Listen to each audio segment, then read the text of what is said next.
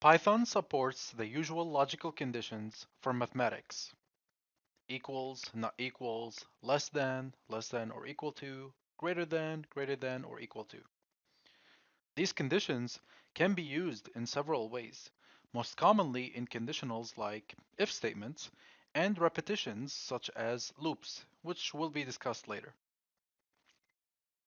An if statement is written by using the if keyword. The if statement evaluates a condition or an expression that results in true or false. If the condition is true, the code block inside the if statement is executed. If the condition is false, the code block is skipped. For example, if we want to check if a number is positive, we could create a variable, call it number. We can set it to something like 15. And then we can use the if keyword and say if number is greater than 0 and follow it up with the colon. Then we need to indent for the code block. So here we say print. Let's output something like the number is positive. Now if we run the program, well, number is 15, so 15 is greater than 0, which means it's true. So the condition evaluated as true, and hence we get the code block executed within the if condition statement, and thus we get the output, the number is positive. If we flipped the greater than symbol around to a less than and run the program, this time we get nothing outputted because the condition evaluated as false, because 15 is not less than 0. Now notice, I did mention that we have to indent to execute the code block, part of the conditional if here. If we did not have the indentation, and if we run the program, we will get an error, indentation error. You can indent by just pressing space a couple times, or you could simply just use the tab on your keyboard to indent a couple spaces for you automatically. You can have multiple statements inside an if block. All statements must be indented at the same level. Keep that in mind. Here's how we can have multiple statements in an if block. Suppose we have a variable age and we set it, say, to 20. We can say something like if age is greater than or equal to 18, followed by the colon symbol. Then we indent and we say something like print you are an adult. Of course, we can have other statements as well within this code block. So we can say something like print can vote now. And maybe another one. Now, if we run the program, we should get all of these statements printed out because age 20 is indeed greater than 18. So that's exactly the behavior that we get. If we switch the age here to say something like 13 and run the program, this should evaluate as false, and therefore we get nothing printed out. Now, what if the age was 18? Well, 18 is not greater than 18, but it is equal to 18, and thus the condition evaluates to true, and we should expect all the print statements to output, which is exactly the behavior that we see here. Boolean variables can be used directly in if statements without comparison operators. For example, we can have a Boolean variable such as is logged in and set it to true. And then we can have a if conditional statement, if is logged in, and follow it up with a colon. Now, automatically, by simply specifying the Boolean variable here, it will basically evaluate it as if true, because that's what the Boolean variable is logged in is set as. So if true, we can print something like welcome back. Run the program, and we should expect to get that output. Python can evaluate many types of values as true or false in an if statement. Zeros, empty strings, none, empty collections, all of these are treated as false. Everything otherwise is treated as true. This includes positive numbers like 5, negative numbers like -3, and any non-empty string, even false as a string, is treated as true because it's a non-empty string. Now, if we want to say something like, if the previous conditions were not true, then try this condition, we can use the elif keyword. The elif keyword in Python allows us to check multiple expressions for true and execute a block of code as soon as one of the conditions evaluates to true, which is more efficient than using multiple separate if statements because Python stops checking once it finds a true condition. For example, if we have a variable set to 33 and another variable b set to, say, 33 as well, we can have an if condition like if b is greater than a, colon, and then we can print a statement like b is greater than a, and here we can have an elif condition, a is equals to b, colon, and if that's the case instead, then we print a and b are equal. Now let's run the program. Here we get a and b are equal. So in this example, a is equal to b because the first condition is not true. Because here it's basically saying, is 33 greater than 33? Obviously it's not. It's equal to each other. So that's why it skips the first if condition and then it goes to the elif condition. And here it evaluates as true. So it prints this statement out. Now, if we switch, say, a to 23 and run the program, we get here b is greater than a this time. That's because 33 is indeed greater than 23 in this case. And so first output statement gets printed out, and there's no need to execute the elif condition or evaluate it. We can have as many elif statements as we need. Python will check each condition in order and execute the first one that is true. For example, suppose that we have a score variable and set it to, say, 75. We can have an if condition here and say if a score is greater than or equal to 90, colon, print grade A. Elif score is greater than or equals to 80, print B. And we can have a similar elif conditions for the rest of the possible grades that we can get or assign to the students. Now let's run the program. And we get the output as grade C. Now, the reason why we get grade C is because the first condition evaluated from top to bottom, so is 75 greater than or equal to 90? It's false, so we move on to the elif condition. Is 75 greater than or equal to 80? It's not, so this also evaluates to false. We move on. Is 75 greater than or equal to 70? Well, it's greater than 70, so then we print grade is C. Now notice Python stops executing right there as soon as it hit a condition that's true, even if the final elif condition here also evaluates the true. Because 75 is indeed greater than 60 as well.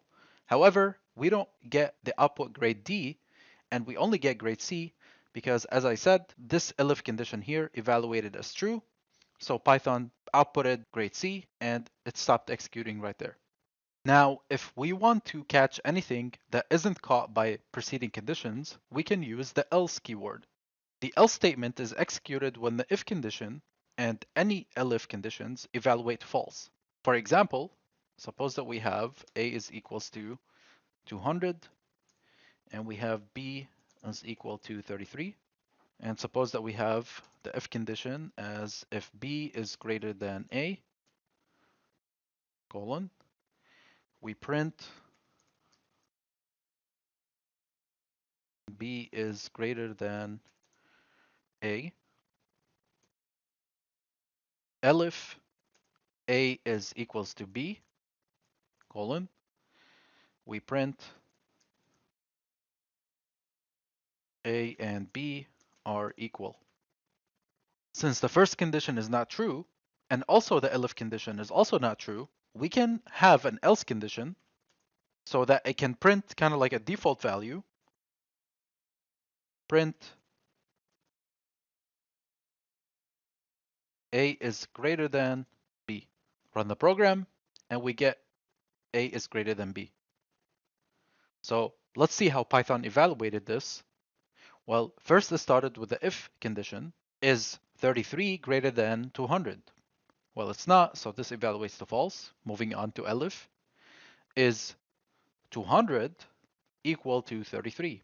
It's not, so this also evaluates to false, and we move on to the final else statement, and we print A is greater than B. By the way, we don't need to have an elif between them. I can actually remove the elif here and just say if else. So in this case, we run the program and we get A is greater than B. And again, this works because in the first condition, it says is 33 greater than 200? It's not, it evaluates to false. So then the only other choice is that A is greater than B. This creates a simple two-way choice. If the condition is true, execute one block. Otherwise, execute the else block. The else statement must come last. You cannot have an elif after an else. Okay, so we cannot do this. Now let's explore a more concrete example, checking even or odd numbers. So suppose that we have a number and we set it to 7, which is odd, and we can write a program to evaluate that for us. If number, and here we can use the modulus operator. Modulus 2 equals to 0, colon. Now the reason I'm saying if number modulus 2 is equals to 0, because this is pretty much a good way to evaluate if the numbers are even or odd. Even numbers are divisible by 2. So here we're saying if the number is divisible by 2, that means the remainder should be 0. And if the remainder is 0 is equals to 0, that means the condition evaluates to true, and therefore we determine the number is even. Otherwise, if the remainder is not 0, then the number has to be odd. Now let's run the program, and we get indeed the number is odd. Now, if we change the number from 7 to let's say 6, 6 is divisible by 2 because 2 times 3 equals 6. So we should be getting that the number is even. And that's exactly what we get. So far, we have seen the else statement acting as a fallback that executes when none of the preceding conditions are true. In this case, if the number is not even, then it has to be odd. This actually makes it quite useful for error handling, validation, and providing kind of default values like it did here. A more concrete example is validating user input. For example, if we have a username as a string value, and suppose that the value is ml.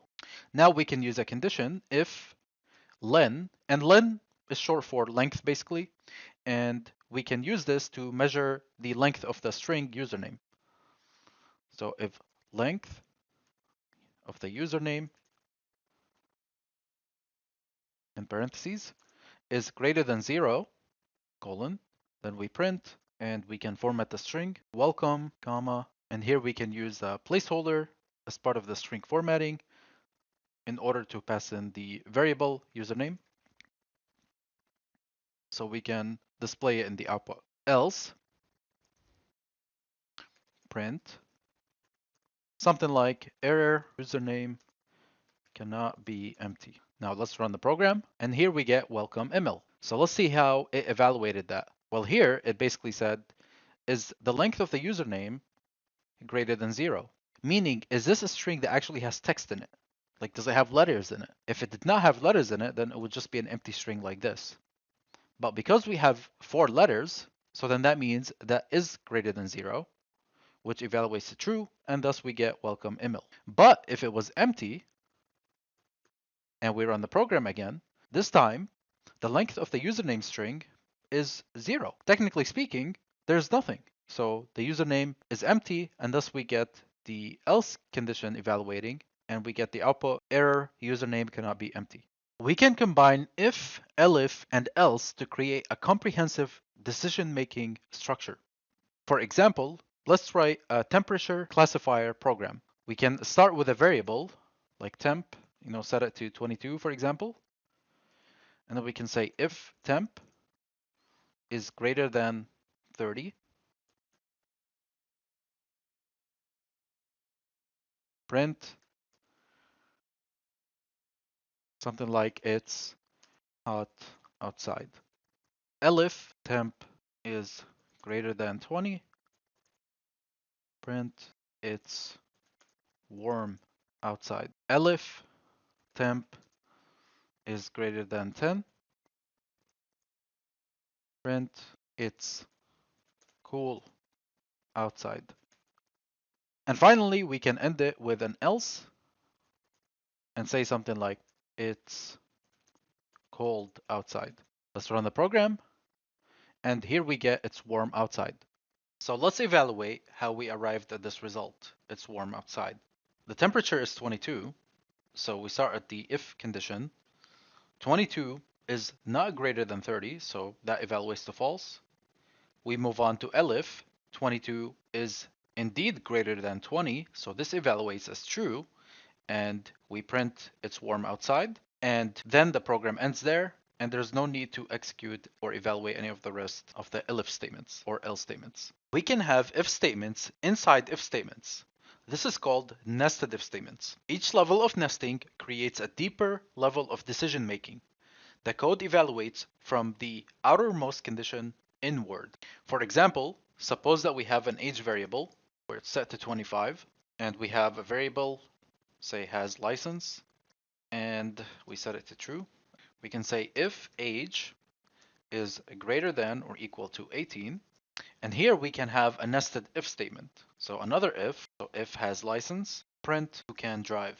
If the user does not have a license, we can say else you need a license. Now we can exit this nested if else block or condition, and we can have an outer else that aligns with the outer if condition and say you are too young to drive. Let's run the program. So here we get you can drive. Let's see how Python evaluated that. Well, first we start with the first if condition. If 25 is greater than or equal to 18, now 25 is indeed greater than 18, so this evaluates as true. And next we move on to the nested if condition. Okay, so it's true. Now, does the user have a license? Well, in this if condition, it's basically if true, and says it is true, then the user can drive. And the program ends there. There's no need to further evaluate or execute any of those else blocks. Now, what if the age was supposedly 17? Run the program, and here we get you are too young to drive.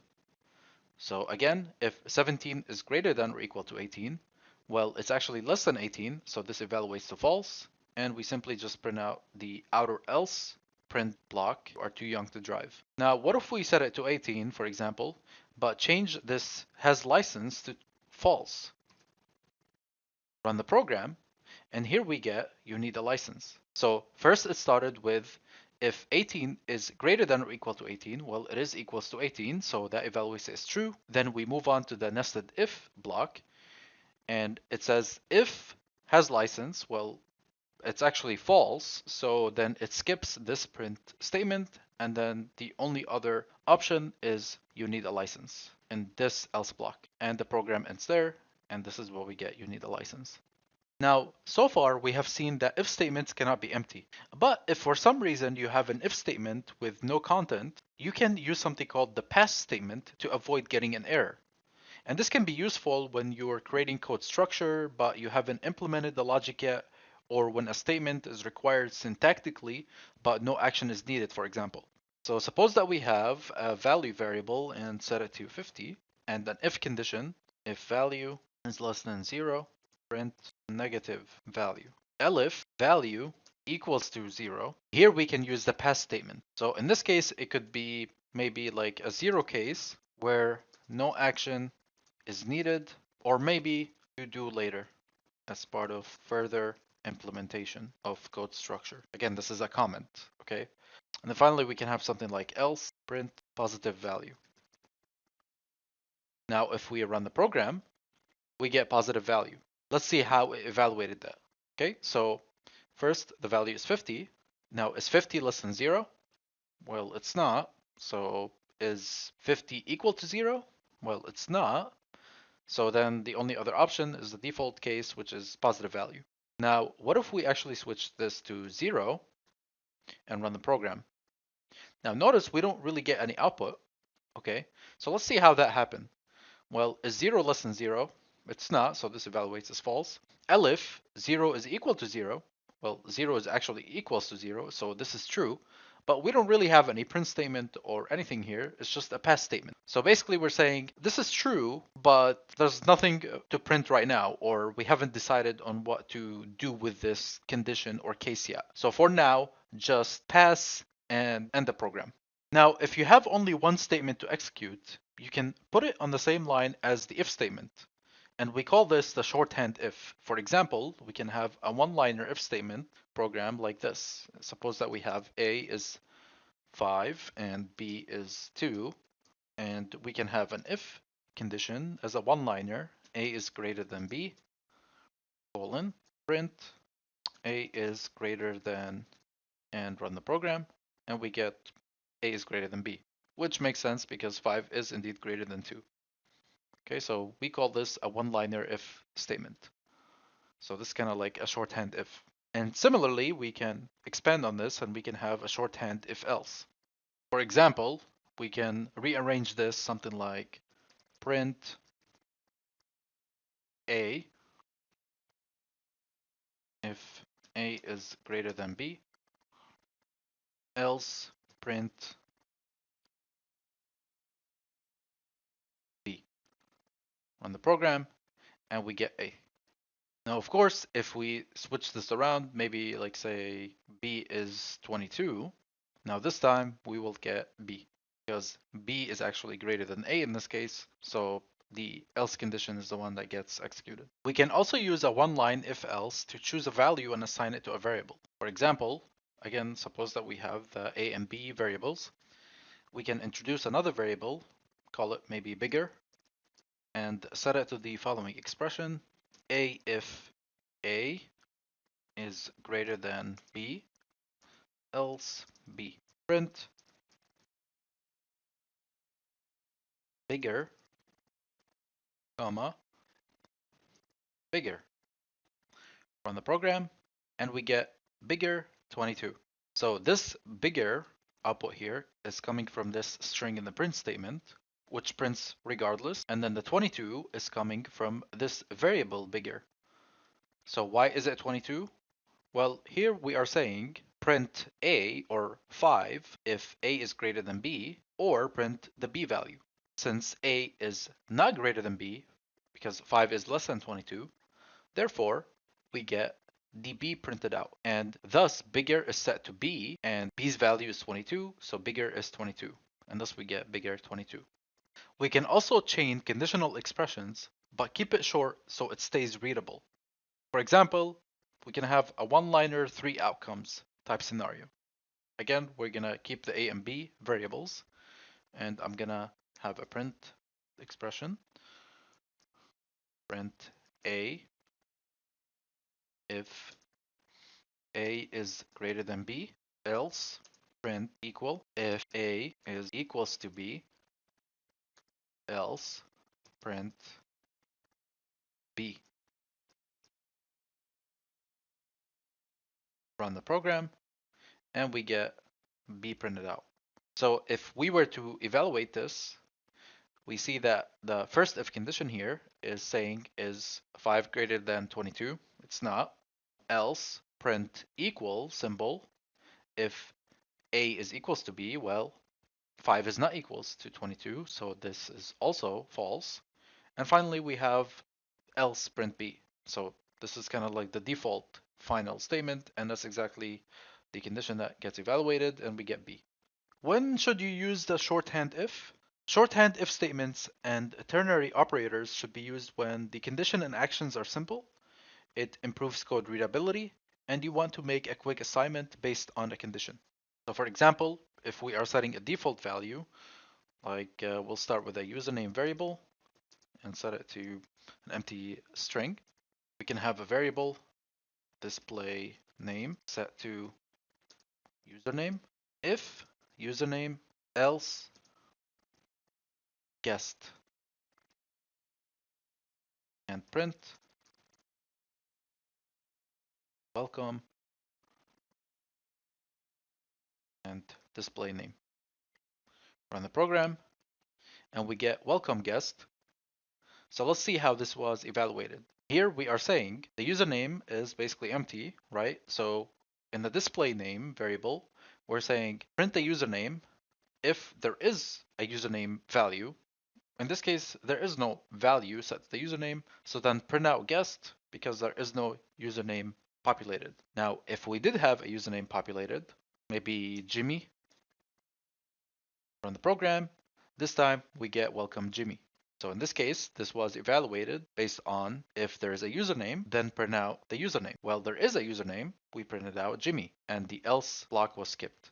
By the way, instead of writing many if-else statements, we can use something called the match statement as an alternative. The match statement selects one of many code blocks to be executed. For example, suppose that we want to represent the weekday number and print the weekday name. Let's use the match statement. So I'm going to start with a variable, day equals 4, and we can define the match expression as follows. Match day, and here we need to define a case where the value of the expression is compared with that of each case. So case 1, print Monday. In this case, this would be considered the code block to be executed if there's a match. You can have case 2, print Tuesday. Case 3, print Wednesday. Case 4, print Thursday. Case 5, print Friday. Case 6, print Saturday. Case 7, print Sunday. And we can have a default case using the underscore character, case underscore, print looking forward the weekend. Let's run the program and we get Thursday. So let's evaluate how we got Thursday. Well, the day is 4, so then we are matching the conditions based on the day, and then the cases evaluate if each of these numbers match with the day. So the first case is 1. Is 1 4? It's not, so then Monday is skipped. Is 4 2? It's not. Is 4 3? It's not. Is 4 4? Well, yeah, 4 is equals to 4, so therefore this case evaluates to true, and we get Thursday. And the rest of the cases are skipped. Now, what if we had the day set at like 8? Let's run the program, and we get looking forward to the weekend. In this case, the underscore character will always match. So it's important to place it as a last case to make it behave as a default case. By the way, you don't need to include a default case, so the program will work regardless. However, nothing will be outputted, and the user would kind of be confused if there's such a case where none of the cases matched. So this is why it's a good idea for you to include the default case, just like with the else and the if condition statements.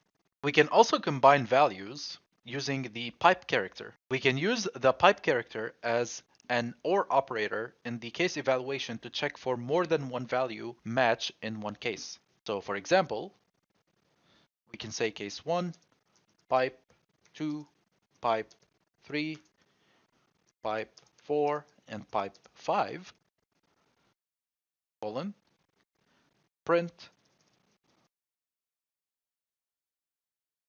today is a weekday. Or we can have cases 6, pipe 7, print I love weekends. There should be a colon here. Let's run the program, and we get no output. Now the reason we got no output is because we have the day set at 8. So let's actually change it and set it to maybe 7. And we should be expecting to get the I love weekends output. That's exactly what we get. Now if we had say 3, we should be expecting to get today is a weekday. So the pipe character here essentially serves kind of like an OR operator. We can add if statements in the case evaluation as an extra condition check. So I'm gonna introduce a month variable and set it to 5.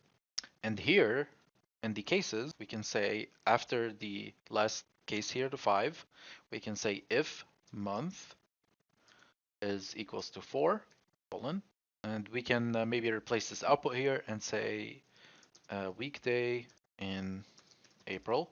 Let's even add a default case, like case underscore colon, print no match.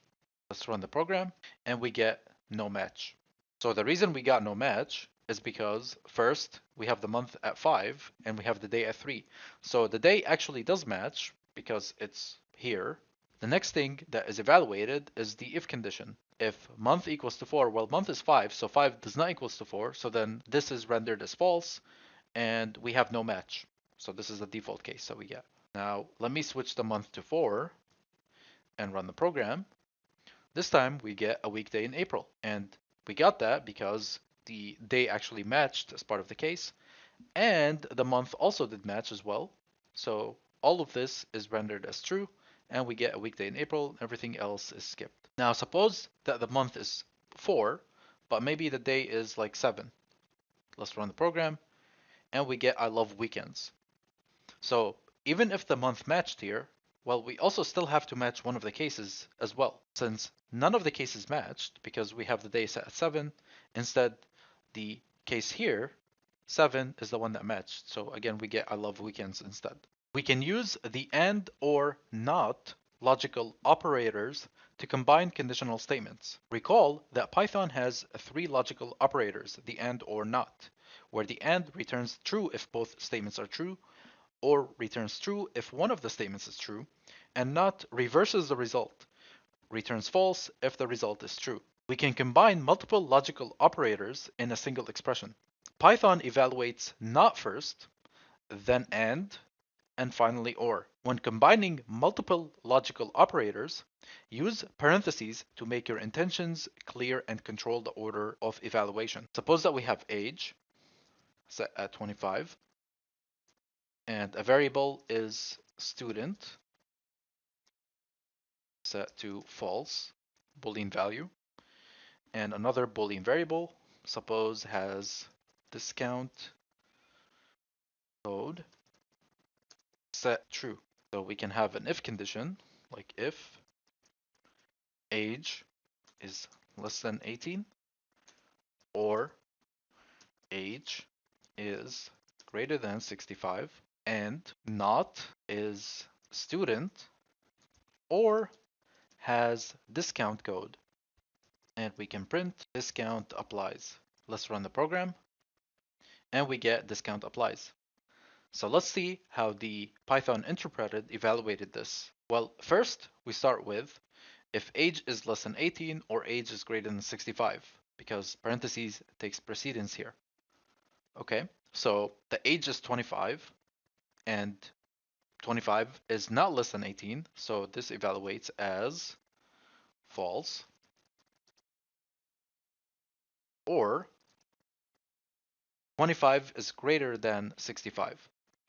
Well, 25 is not greater than 65, so we also get false. Okay, well, according to the truth table, false or false makes a false. Then we evaluate and not, and remember, not here takes precedence.